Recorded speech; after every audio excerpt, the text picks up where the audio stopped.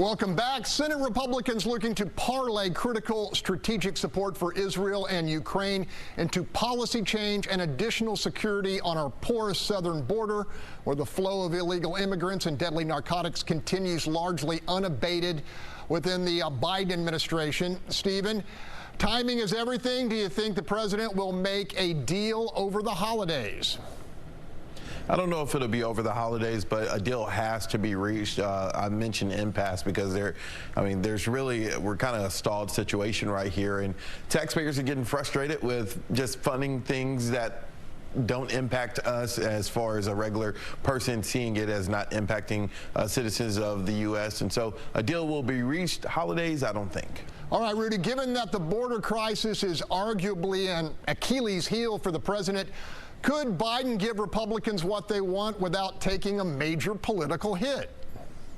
You know, Greg, that's the paradox in all this, which is why I chose that word. Both sides are in a trap, appearing to contradict their political DNA, right? Historically, Republicans are hawks, the party that broke down the Soviet Iron Curtain, and the party that's always on Team Israel. Now, those constants are now bargaining chips, political bargaining chips, to get the administration to address the border crisis. And the Biden administration, they're caught in their own paradox. Democrats like to claim that they're the party of the downtrodden, but they're willing to sacrifice, apparently, the nation's security by digging in on an immigration plan that appears to be the equivalent of giving undocumented immigrants a free Disneyland fast pass into the country.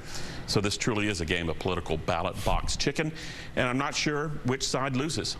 All right, Stephen, you heard New York Mayor Eric Adams announce that fallout from Biden's border policy is destroying the nation's largest city.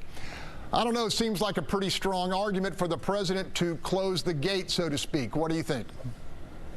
It's a strong argument, but I hope I don't get in trouble for this. I think the New York mayor is overreacting a bit. I mean, Texas cities have been dealing with this at a larger number, and they're not, you know, breaking down, as the mayor of New York said.